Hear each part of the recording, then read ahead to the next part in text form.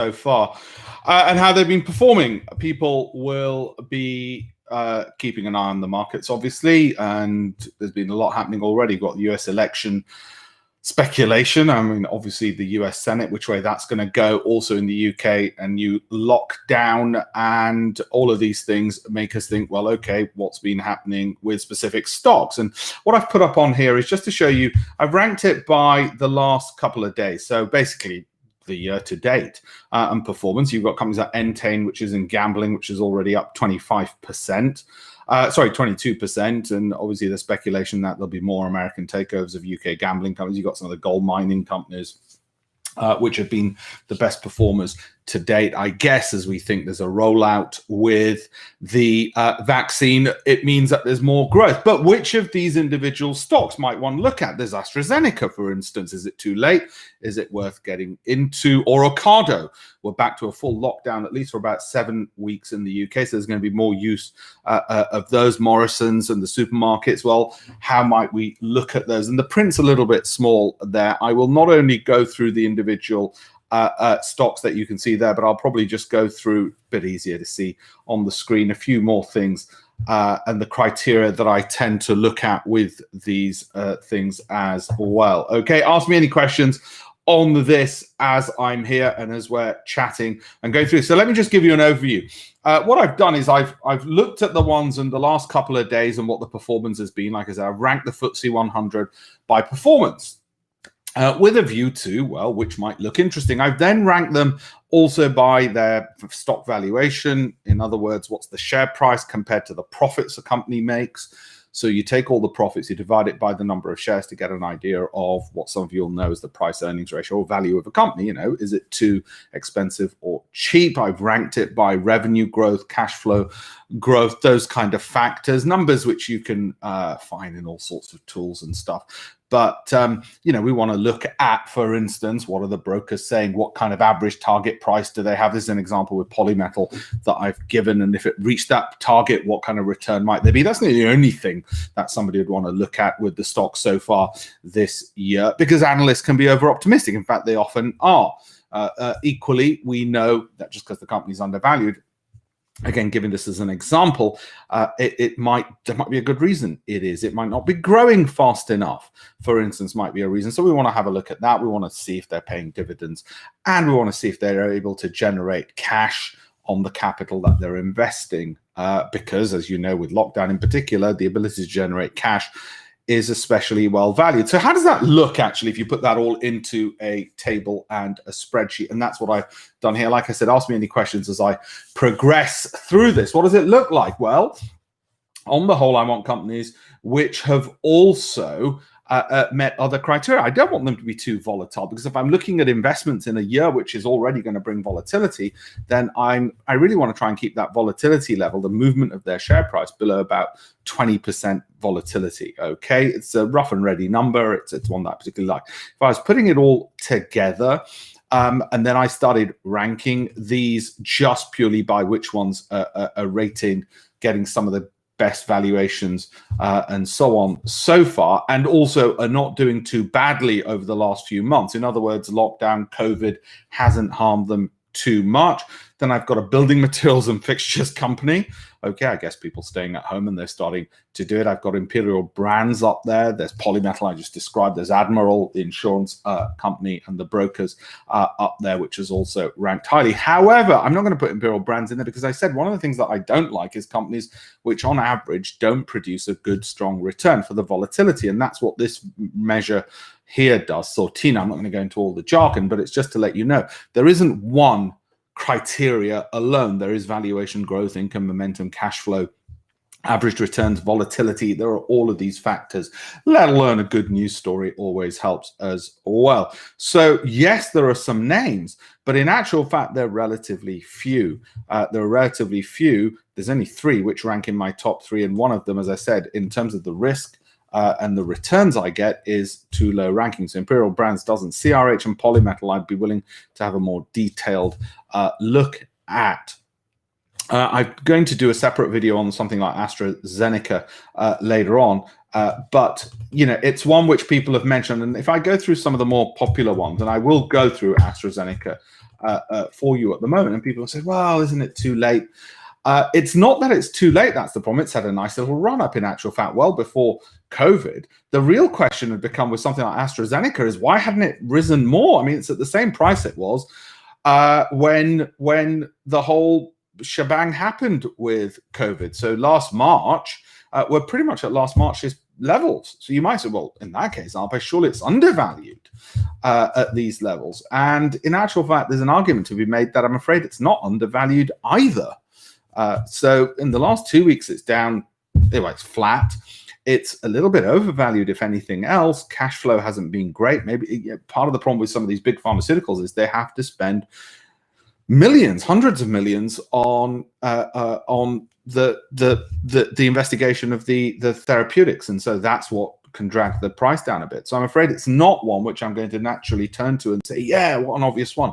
And the reason I mention that is because there's a big danger at the moment that people read the news and they see a name and they think, right, that must be a good stock. That's too speculative, because when you break down the hard numbers, and I'll do that with AstraZeneca over here, when you break down the hardcore numbers with something like that, yes, you find that were it to hit the overall optimistic analyst consensus, it would give you a 24% return. But in actual fact, its ability to generate cash so often with pharmaceuticals isn't that fantastic.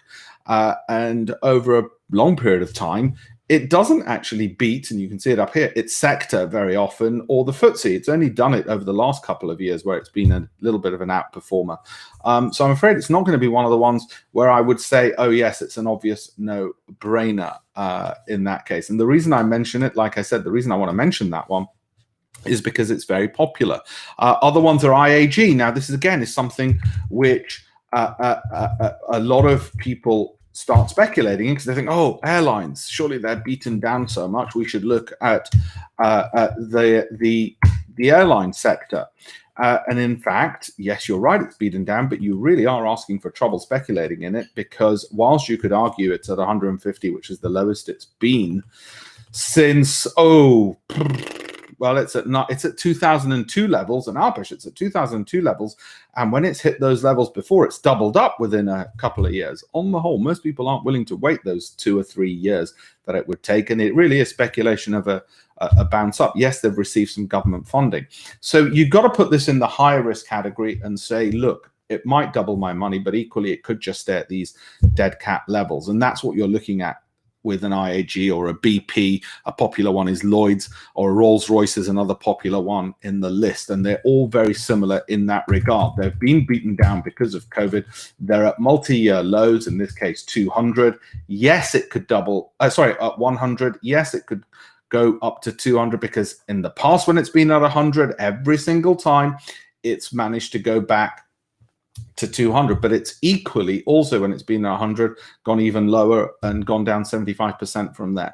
So my point is that if you're willing to take that longer term speculative approach, fine, but please note it is higher risk, longer term speculative. You might say, no, it's not higher risk, it's Rolls-Royce, Alpesh.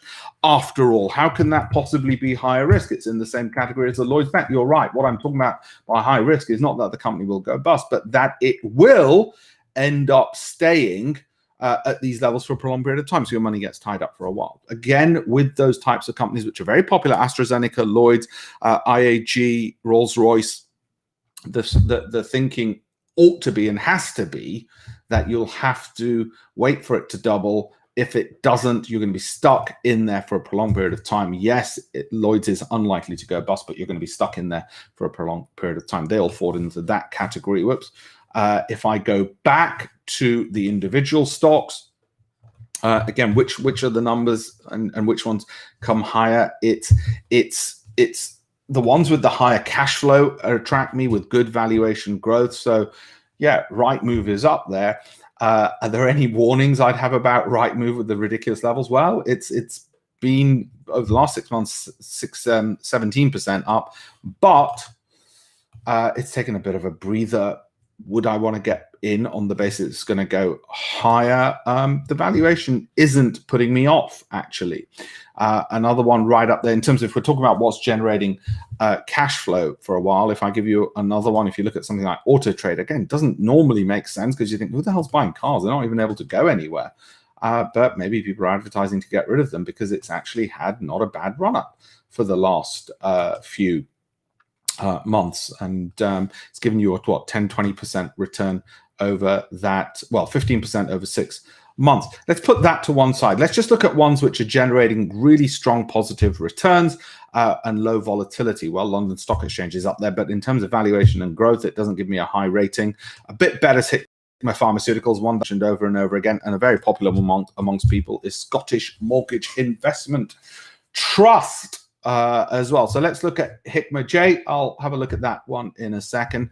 Let's look at Hikma first. Now, again, valuation, growth, income, cash flow, returns over volatility, and what do we get if I look at Hikma and if I look at Scottish Mortgage Investment Trust? Well, Hikma, sadly, has been going sideways for quite a while, which is unfortunate. Does that make me think it's about to shoot up? Well, it might well have peaked. There is some room for going up. It doesn't give me a strong enough case that it's going to rise. Valuation growth isn't too bad. But yeah, I would have liked to have seen a more stronger push over the last few months. Maybe they feel that they're left behind. It's not a bad one, is what I'm saying. It's not a fantastic one, but it's not a bad one at all. Stocks like the Scottish Mortgage Investment Trust, despite its name, they basically invest in a bunch of US tech companies, and that's why they've been incredibly popular with private investors. And you can see their share price has shot up and they've gone up, they've doubled in the last few months. They're basically a play on US tech. And if you were to ask me, well, what about that then? Well, I wouldn't put my money in an investment trust. I'd buy the underlying stocks, because an investment trust means I've got to pay a fund manager fat fees for sitting on his fat backside and not really doing much. But okay, if you really wanted to do that, their performance has been phenomenal. Will it continue? We've got no reasons not to think so. It's a little bit overvalued, as I can see on my value growth income criteria over there. I mentioned Admiral a little bit earlier on, and you can see the insurance company probably, again, valuation growth income, not too bad. It's got a bit of a peaky at the moment. It's got a bit high ahead of itself. What's your view on Vodafone? Let's have a look at Vodafone. I suspect you've been holding Vodafone for many years, and there have been periods where it's done rather well, and that's what's seen you through it. But there's been a long time where you've just been relying on your dividends, I suspect. So if you don't hold it, you're probably thinking to yourself, well, it's at multi-year lows. It's at levels it was at 1998. Okay, that's where it is now. It's at levels it was at 1998. And I would, if I was going to make a positive case for it, say, well, if it's when it's been at those levels, as I've said already on this call, it can go to 200. If it did, if somebody put a gun to my head and said, you've got to decide whether or not to buy it, I'd probably say, okay, if you put a gun to my head, I'll buy it. If it goes to 200, I get the hell out of there. But I'm well aware that it might, for a year, give me no capital appreciation, maybe for 2 years. That's the danger with it at the moment. Well, how does it look in terms of fundamentals? Well, valuation growth, it's not there. It's not growing in terms of revenue and valuation, I'm afraid. Put that to one side. Okay, if it's not growing in terms of valuation and revenue, what about in terms of volatility and the trade-off for risk reward? It's negative on that. So you're really not getting the bang for your buck that you want. Cash flow, not too bad. It's generating cash. Well, you know from your bills. We use it in our fund, or our staff have it, and yeah, we pay a lot of money to them. So you know, as with all of these blasted ones. Tesla, happy new year. I've done a separate one on Tesla. I'll have to change my list to look at Tesla. Give me 1 second. Airbnb. Let's talk about Airbnb. Okay, I tend not to go into IPOs. My worry with IPOs is they tend to pop really high and then they drop. So when you get into an IPO, you're going to get in right at the top, okay, on that day. On day one, you'll have bought it and then it drops as people start selling. So personally, I'd rather wait until the price moves above its first day high. If I was going to do it, most of the time I'd rather wait a lot longer than that. Okay. So I'm afraid I'm not going to speculate on Airbnb. I'm the wrong person on that. I think it's too speculative. Good entry point variance 100 to 120 or someone. What's that? Basically, whatever the end of day one close price is, I want it to close above that for at least a couple of days before I think there's something there, and even then it can drop. When Facebook IPO'd, I said I think I was on Newsnight with Emily Maitlis, and I said it's going to drop 50% from day one, and it did. It did. And that became a far better point at which to buy than trying to get in straight away. BATM, I've not looked at those those for a long time. Let me see if I can BATM. No, it's going to be on the. Oh God, sorry about a second. I got to change the list on that to look at that. Let me just list. I'll have to change the list on that one to have a look at that. Let me just change the list. I'll just put all shares. I think you're all going to ask me about a whole load of different ones, aren't you? So I might as well put it in. Tesla. I think my bottom line. I did a video on. YouTube about Tesla, and the thing I'd say about Tesla, of course, it's had this wonderful run up. There's different metrics you can use. You can make an argument it's still not overvalued.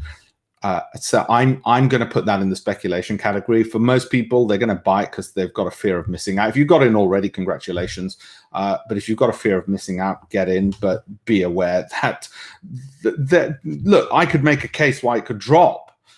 I could also equally make a case why it could double. So there's not enough data out there. And the reason there isn't enough data out there is because they're in a field where they're sending people to Mars.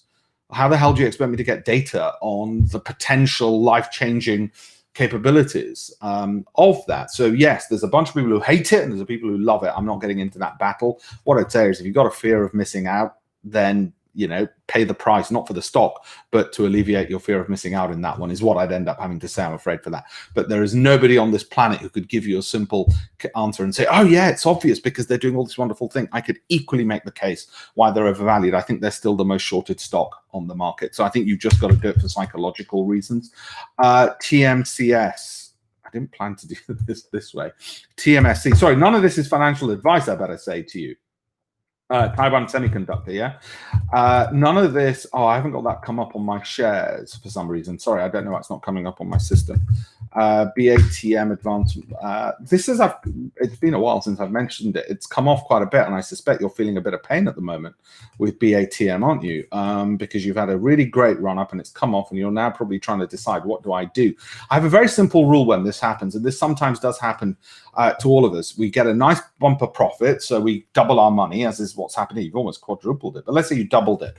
What the hell do you do? It's now easing back. What I tend to do is I say, if it drops more than 25% since the high of when I bought it, so let's say you bought it at 50 and it went to 100 to keep things simple. If it then dropped to 75, I'd start looking to get out.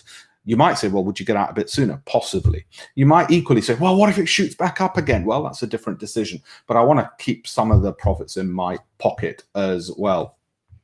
TSMC, and none of this is financial advice, guys. I don't know who you are. TSMC is not coming up. What's the full name? TSMC. I should probably know the ticker, but I'm afraid I don't on that one. TSMC. Bloody hell. TSMC. No, it's not coming up. I can't find it, I'm afraid. Got Taiwan Fund only. So sorry about that, Philip. I can't seem to find my friend Philip from our colleague. I can't seem to find Taiwan Semiconductor. I wonder why. I'll have to look at it elsewhere. I'll look for it elsewhere and see if I can find it on my other places. So anyway, my point with all of this wasn't actually to do it that way around, but was actually to say, here's a database how things have done. We've got the first couple of days into the year. That's the actual list of everything. Let me just move that around. Whoops, I've got camera getting in my way. List tables. I just need to change the list on that so you can see more simpler things than just the all of them. But I suppose if we're looking at all global stocks, the ones which are rating the highest at the moment for me, you can see some of the numbers, but I really want high Sortinos on that. So there's not much. That one's okay. EQ, which is a Swedish company, I think. Asset managers. Who'd have thought it? Well, most people are going to stay away from that, I would have thought, because I said, what the hell is that? Taiwan Semiconductor. Okay, let me give you the view on Taiwan Semiconductor. What price targets are people saying for it? I'll have to pop something up separately on that potentially. I mean, obviously it's shot ahead. I would, like I said, with something like this, if it starts dropping 25% or so from the highest it's been, I'd look to get a little bit. I'd take some of my profits, but other than that, it's at 114. The analyst consensus price on Taiwan Semiconductor is about 88. Don't let that put you off. It really has shot ahead a fair bit. It's over. It doesn't normally exceed what analysts think it will do, but it has in this case. has that one, which is a little bit unusual because most of them stay the other way around. In terms of the financial highlights, we're talking about Taiwan Semiconductor. Put that up there. Taiwan Semi. In terms, I'll try and put it on the screen so you can see most of it. Those numbers don't look too bad at all. You know, it's a semiconductor company. If you're holding on to it from the long term, I'd probably say, like I said, if it drops 25% from the highest it's been since you're buying into it, then take a bit of money off the table. But you might equally say, no, I don't want to do that because look, I'm doing really well in it. Why should I take any more out of it? As well, GENL. Part of what I'm saying, I guess, to all of you is I really do it in comparison to others. I'm afraid in terms of valuation, growth, income, growth is good, technicals are positive, but it's a 6 out of 10 for me in terms of how I rank and rate things. So there's better stocks, I'm afraid. Also, cash flow, it's not one of the best cash generating companies out there. And in terms of volatility of the share price compared to the returns, there's companies which give you more returns than the volatility that you're seeing there. So like I said, if I was ranking the top rated ones, and I'd still want to see good, strong double-digit cash flows and good average returns compared to volatility, then they're going to be up here. And these are global, so these are going to include US ones as well. Hopefully that's enough for today. You've probably got enough to be going on with. But I just wanted to give a viewpoint. Actually, my original idea was to give a viewpoint on just the UK ones. I'm going to go back to the UK ones and say, look, we've had a couple of days in the markets. How are things done? And there's relatively few. If I look at the FTSE 350, so 350 largest UK companies, there's these: Polymetal, Morgan Sindall, Morgan Advanced Materials, MAN, CAS Materials, Inchcape, ImperialBrands, CRH, and even then I'm going to knock off the ones which have got negative sortinos. In other words, more volatility than reward, too much risk for the reward that you're getting, and I'm going to knock off CAS Materials. So you're only left with a few which are giving anything worth looking at in more detail. The others, they don't quite make my first team, I'm afraid, at the moment. They don't rank enough, but I'll drill down a bit more and do a bit more on some of the others. Like I said, we've only got 2 days worth of data so far, so I'll look at it over a longer period of time. On that, hopefully that's okay, guys. I'll post something about Taiwan Semiconductor, Philip, as well. I'll like I said, I think the key thing with Taiwan Semiconductor is it's run away a bit, and therefore when that happens, and I think I've got a tiny bit of a windfall, how do I protect that? How do I protect myself from just, you know, sitting on all these profits? Is to say, you know, if there's a bit of a pullback, I'll take some money off the table. That's how with the longer term investments. Okay. Are you going to go over the green industry company in future best ones to invest? It's a great question. I don't tend to divide things by themes. Themes are attractive, like cybersecurity or vaccination or green. They're attractive stories. I really need to see whether or not the individual company is producing cash, is growing revenues, is growing profits, is going to be increasing its dividends, and its share price is relatively low volatility for the returns I'm getting. Because to me, the bottom-up approach, looking at the individual, matters more than saying, oh, they're in the right space. That's too speculative. I can be in the right space. You know, let me put it this way. You can be an American who's dirt poor. You're in the right country to be the richest in the world, yet you're not. So I tend to look bottom up, and I think that tends to be a bit more important. Having said that, I love reading about companies which are green, etc., etc. But remember, I'm not speculating on what the future might look like for them and what government contracts they may or may not get, what spending may or may not happen. I'm actually looking at their track record and their ability to generate profits, revenue growth, increased dividend payments, cash flow. Those are the key factors that I want to look at. And if they can do that consistently, then in a way, it doesn't matter what the world throws at them. You know, take a Microsoft or an Apple. Doesn't matter what the world throws them. The world can throw COVID at them. Didn't matter. The world because they've got the right teams in place who keep innovating, and that's more important to me. And like all investment, I'm actually investing in the people, not even the company.